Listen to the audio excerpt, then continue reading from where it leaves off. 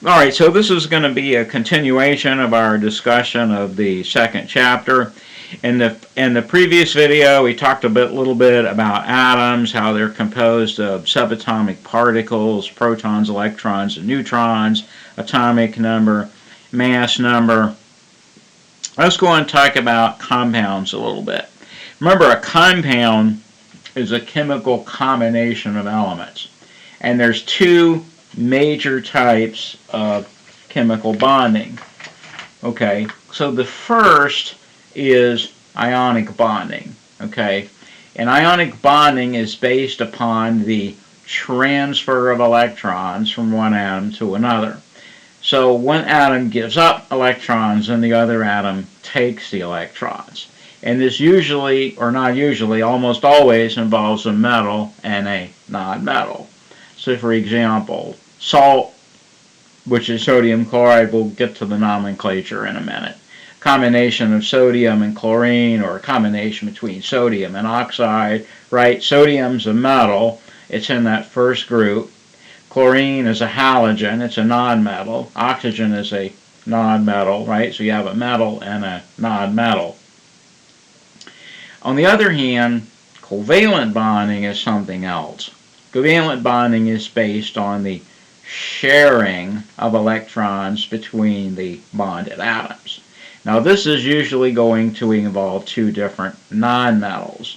So for example, carbon dioxide, a compound between carbon and oxygen, both of those are nonmetals. Sulfur dioxide, sulfur and oxygen, both of those are nonmetals. Carbon tetrachloride, carbon and chlorine, both of those are nonmetals.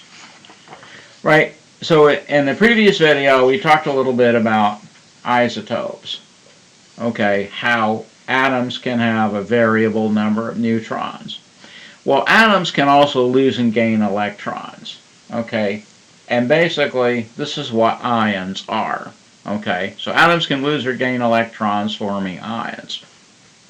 Now, the noble gases, that very last column, helium, neon, argon, krypton, xenon, radon, there's something special about those. Okay, what makes them noble? Why do we call them noble gases? Because they don't form chemical compounds.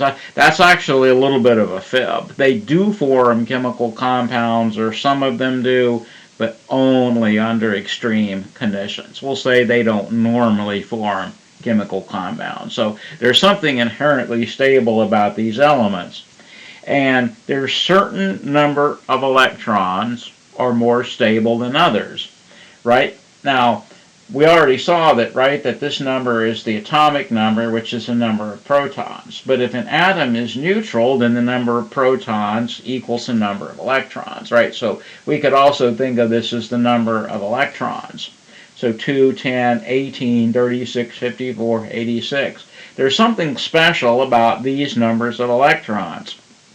Why that is, we'll have to wait until much later in the semester to see why that is. You have to get into electron configurations and all that business before you can begin to see why this is.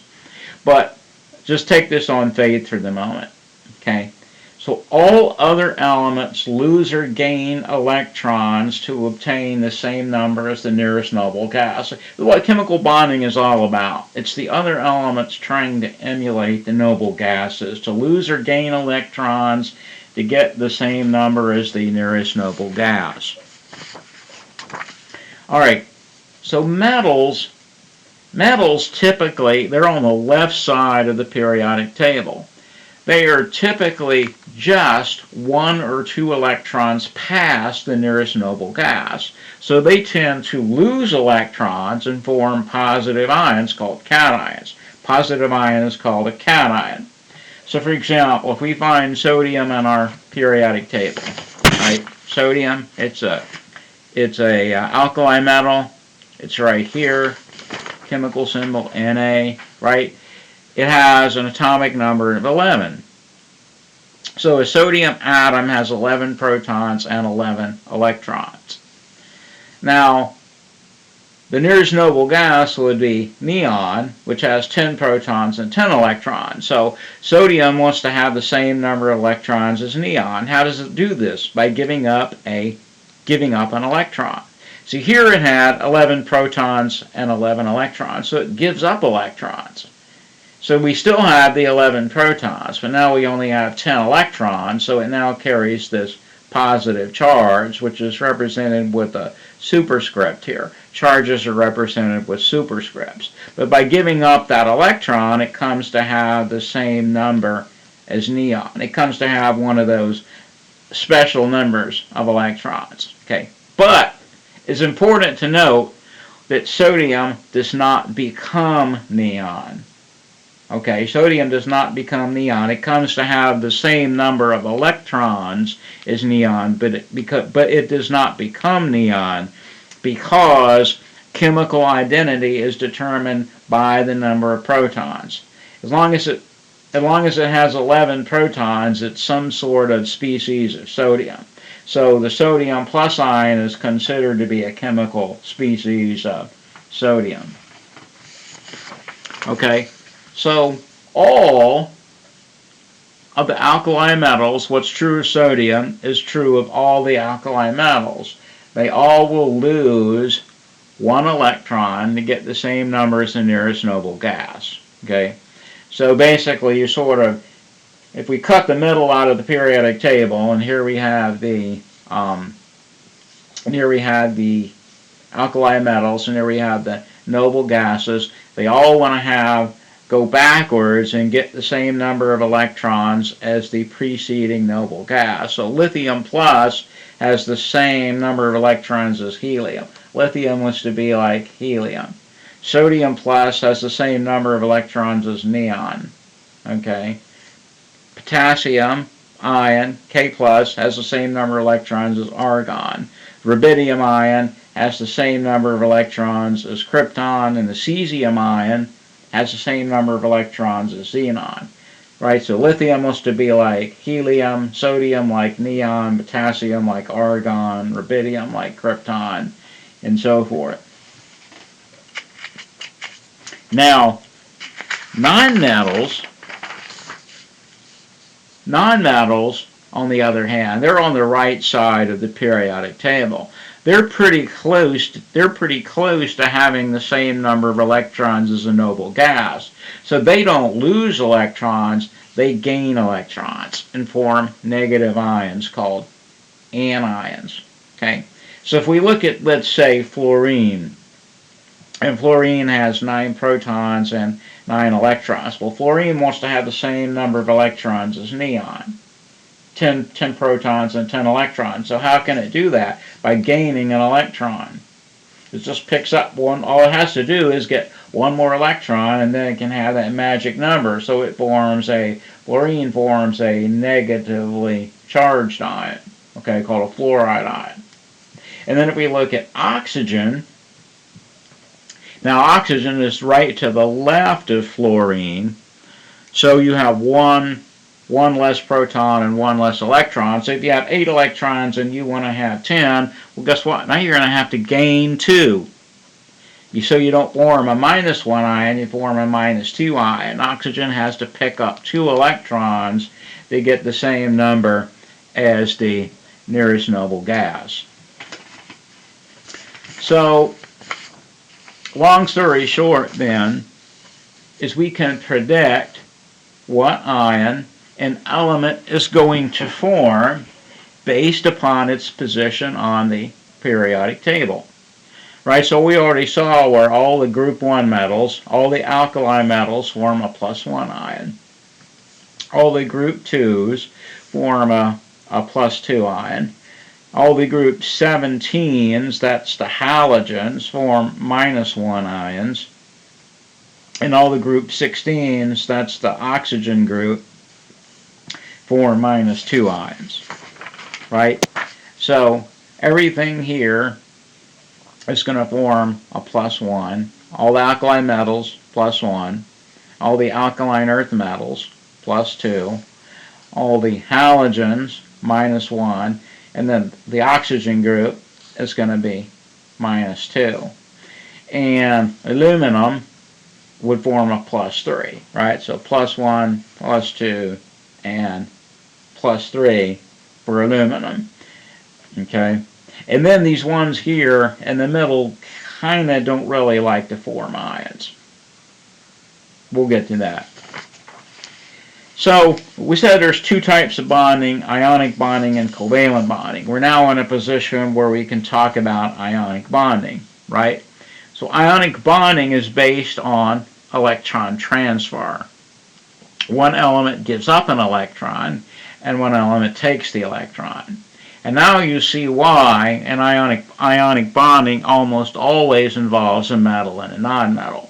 Because the metals like to lose electrons and the nonmetals like to gain electrons, right? So that's a perfect match.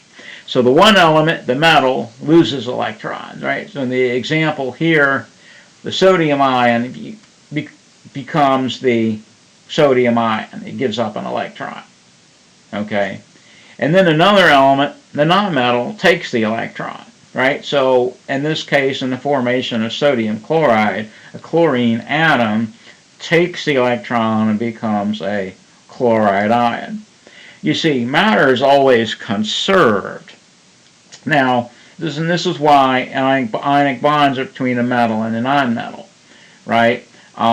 As chlorine, in becoming a chloride ion, takes the electron. Where's that electron coming from? It's coming from the sodium. The sodium gives up the electron and forms a positive ion, and the chlorine takes the electron and becomes a negative ion. And then you form the ionic compound between the ions.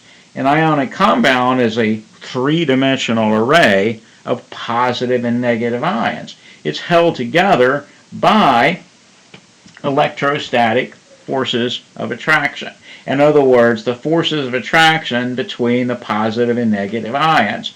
Opposite charges attract. Positive ions are attracted to negative ions. Okay, so an ionic crystal, an ionic compound is simply held together by those forces of attraction. So how do we write formulas for ionic compounds? Okay, the golden rule that you have to follow is that the charge has to balance. Okay, whatever formula you write has to represent an electrically neutral species. An ion can't exist by itself. It always has to have a partner. And the compound in a bulk compound, the charge has to be 0. So the charge has to balance. Okay, so the ratio in which they combine is dictated by making the charge balance. So you write the metal first, and follow the metal first, followed by the nonmetal. And this is true in the way you write the formula, and it's true in the way you name the compound. So for example, if you have a +1 and a -1 ion, they're going to combine in a 1-to-1 ratio. Okay, 1 cation for 1 anion. The example would be sodium chloride. But you could say the same about any alkali metal paired with any halogen. So we could pick a lot of examples that fall into this category. It could be potassium iodide, it could be lithium bromide, and any alkali metal and any halogen will combine 1-to-1. Okay, same thing with a +2 and -2 ions. They're going to combine in a 1-to-1 ratio. So for example, magnesium oxide, magnesium sulfide, a +2 and a -2 ion. Okay? Then it gets a little bit trickier. Alright, so what about if you have a +2 ion like magnesium wants to form an ionic compound with a -1 ion like chlorine? Okay, so the magnesium wants to give up 2 electrons and form that +1 ion, but chlorine only wants to take 1 electron. So what's the obvious solution? We need 2 chlorines for every 1 magnesium, and then everybody's happy. So your formula for magnesium is MgCl2. Okay, now if we turn it around, with a compound like sodium oxide. So suppose sodium and oxygen want to form a compound. Well, oxygen wants 2 electrons.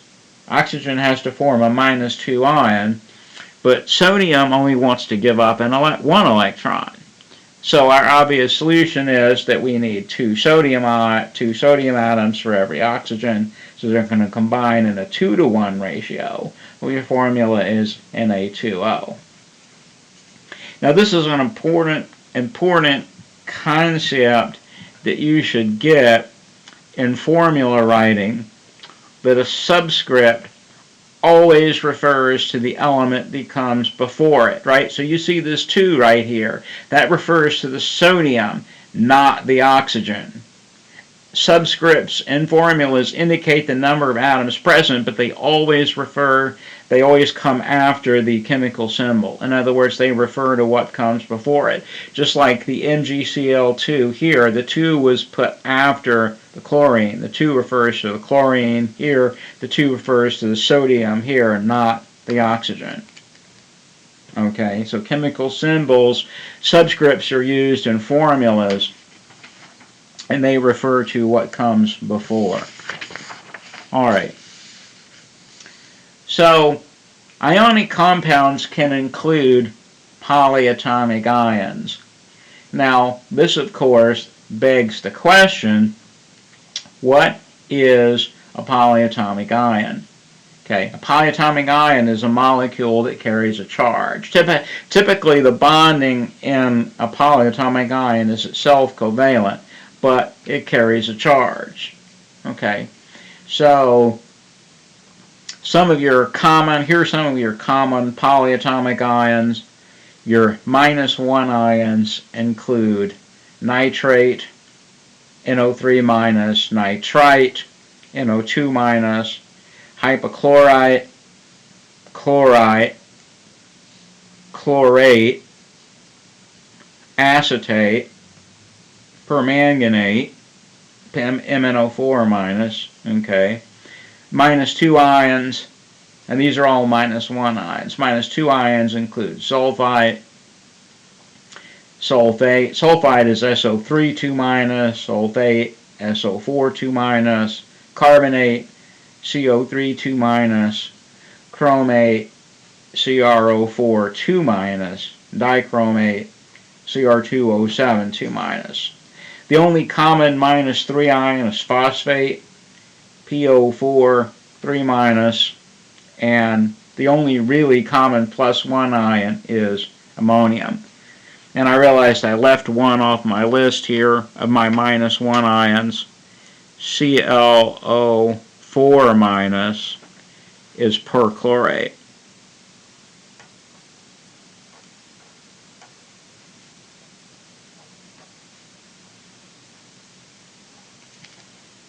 Alright, so ClO- is hypochlorite, ClO2- is chlorite, ClO3- is chlorate, and ClO4- is perchlorate.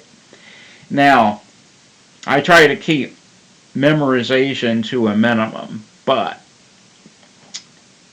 you guys have just basically got to know these. There's no way around it. You've got to know the formulas, including the charges and the names for these polyatomic ions. And if you don't, you're going to get into trouble. If you don't know these, you're going to get into trouble later in the semester, and we start doing things like balancing equations. And these, you just plain have to know them.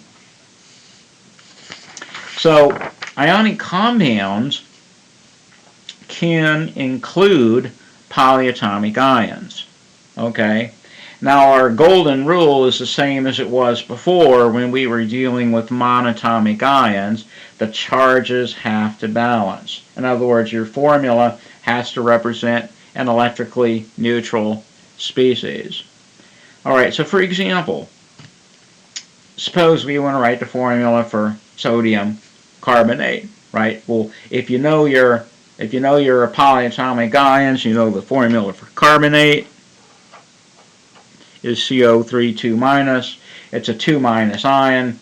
You know that sodium is a member of the alkali metals. it forms a +1 ion, right? So we have a +1 ion, a +1 cation, and a -2 anion. What's our solution? We're going to have 2 sodiums for every 1 carbonate, right? That's why our formula is written Na2CO3. Okay, sodium carbonate. So that's just like, that would be no different than writing a formula for, say, sodium oxide or sodium sulfide. Now there's one extra thing that we have to do, in that whenever more than one of a polyatomic ion is present, the formula has to be enclosed in parentheses. Okay, so for example, suppose you want to write the formula for magnesium nitrate. Well, you know your polyatomic ions. You know nitrite is NO3 minus. It's a -1 ion, right? And magnesium is a alkaline earth metal. It's going to form a +2 ion. So what's our solution?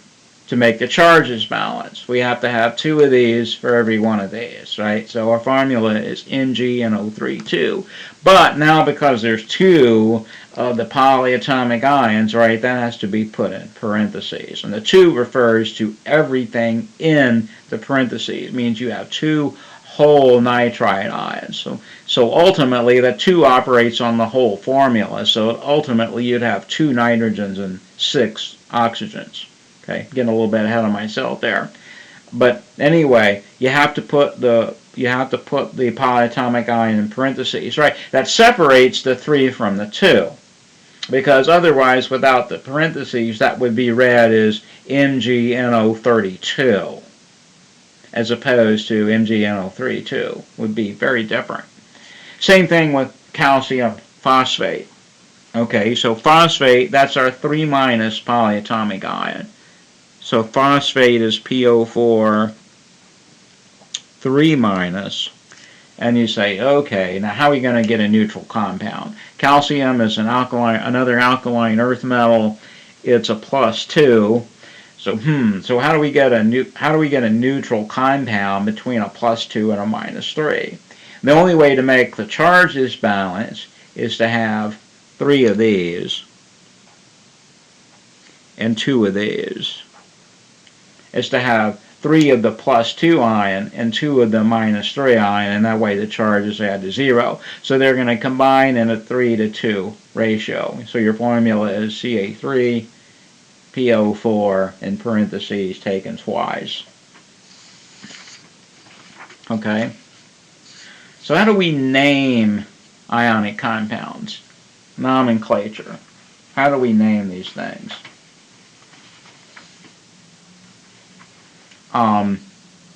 You always write the positive ion first and the negative ion second. Now, the positive ion retains the normal name of the element, and the negative ion, the ending of it is changed so that it ends in IDE. So fluorine becomes fluoride, chlorine becomes chloride, oxygen becomes oxide, and so forth. So for example, NaCl is not sodium chlorine, sodium chloride. Metal first, non-metal second. Sodium chloride, K2O.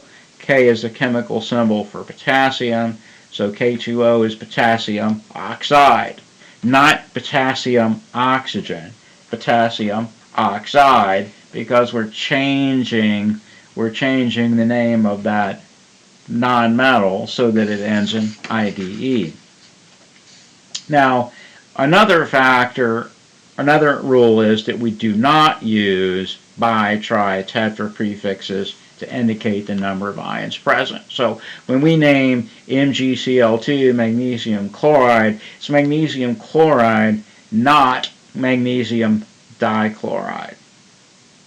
Okay, and why? Because that would be redundant. because magnesium, because of our way of writing, because our formula writing has to represent an electrically neutral species, magnesium chloride can only combine in one ratio. You have to have 2 chlorines for every 1 magnesium. There's no such thing as Mg2Cl or MgCl. These can't exist because they wouldn't be electrically neutral. Okay? So we don't use those tri and tetra prefixes. And you might be thinking, okay, well, you've seen those or read before, in like carbon dioxide or carbon tetrafluoride. Those are covalent compounds. We do use these prefixes when we name covalent compounds, but we haven't got there yet. Okay, for ionic compounds, we don't use them. So if the compound contains a polyatomic ion, then we use the name of the polyatomic ion unchanged. So in other words, we don't change the name of polyatomic ion. So KNO3 is simply potassium nitrate. NaOCl is simply sodium hypochlorite. You don't have to worry about changing the names of polyatomic ions. Now, so what about transition metals? Okay.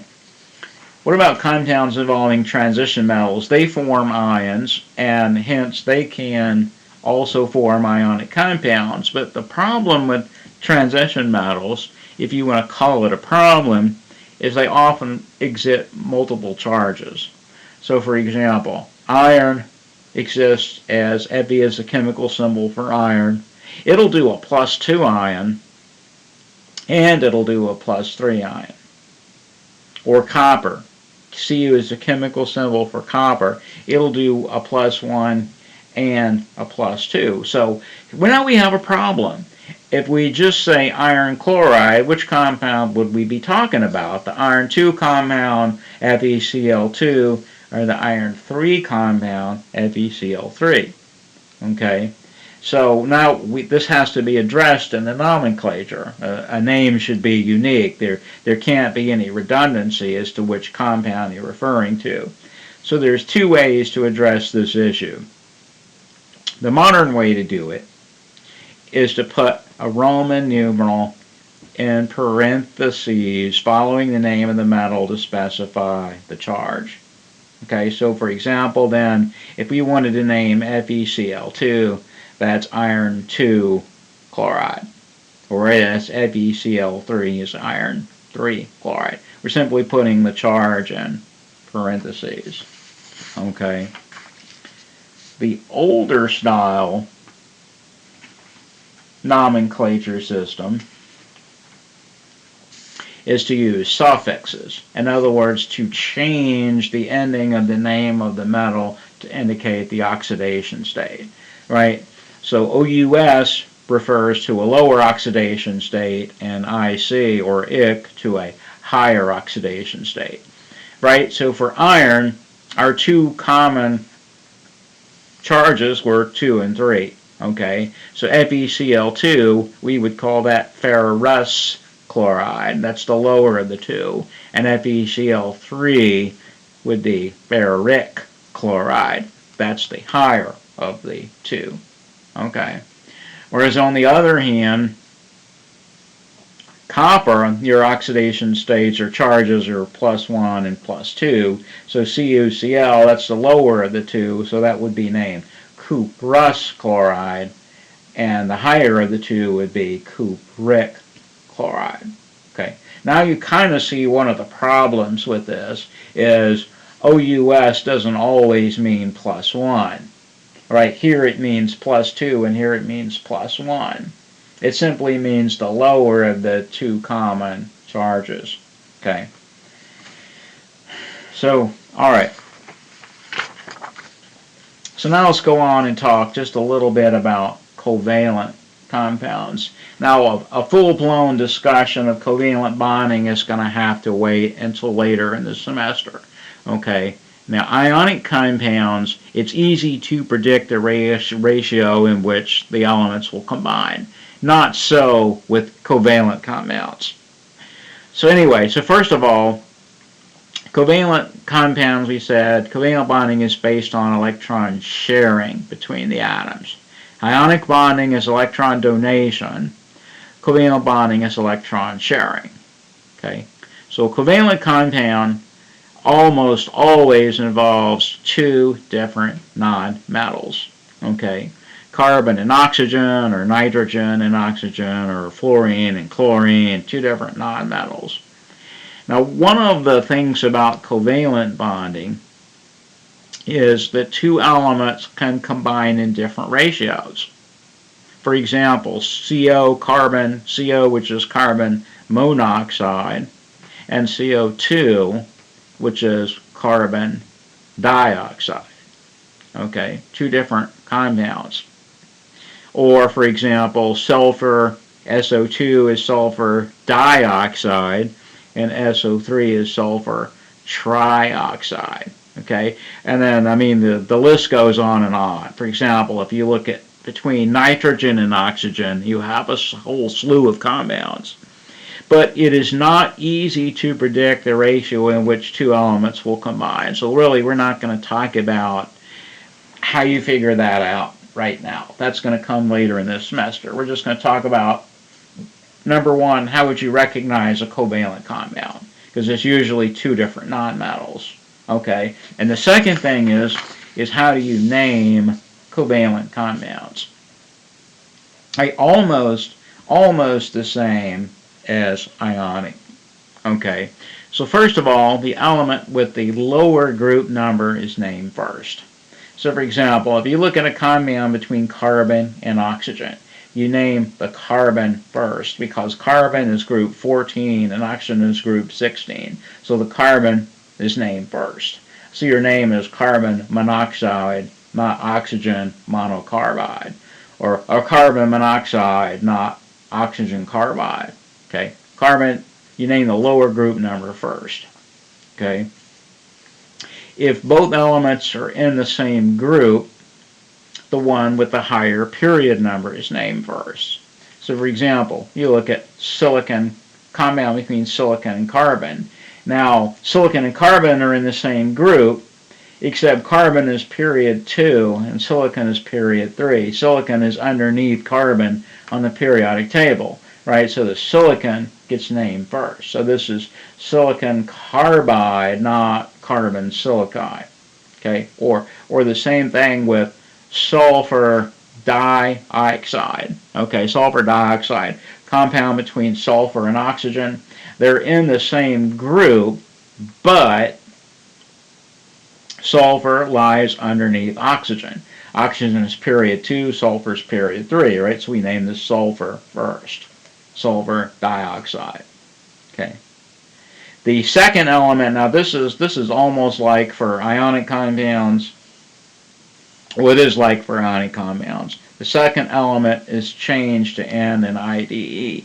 So carbon becomes carbide, oxygen becomes oxide, fluorine would be fluoride, chlorine would be chloride, and so on. Okay. And then the last thing is we do use those numerical prefixes to indicate the number present. So SO2 is sulfur dioxide, right? The di refers to the fact that there's two oxygens, whereas SO3 is sulfur trioxide.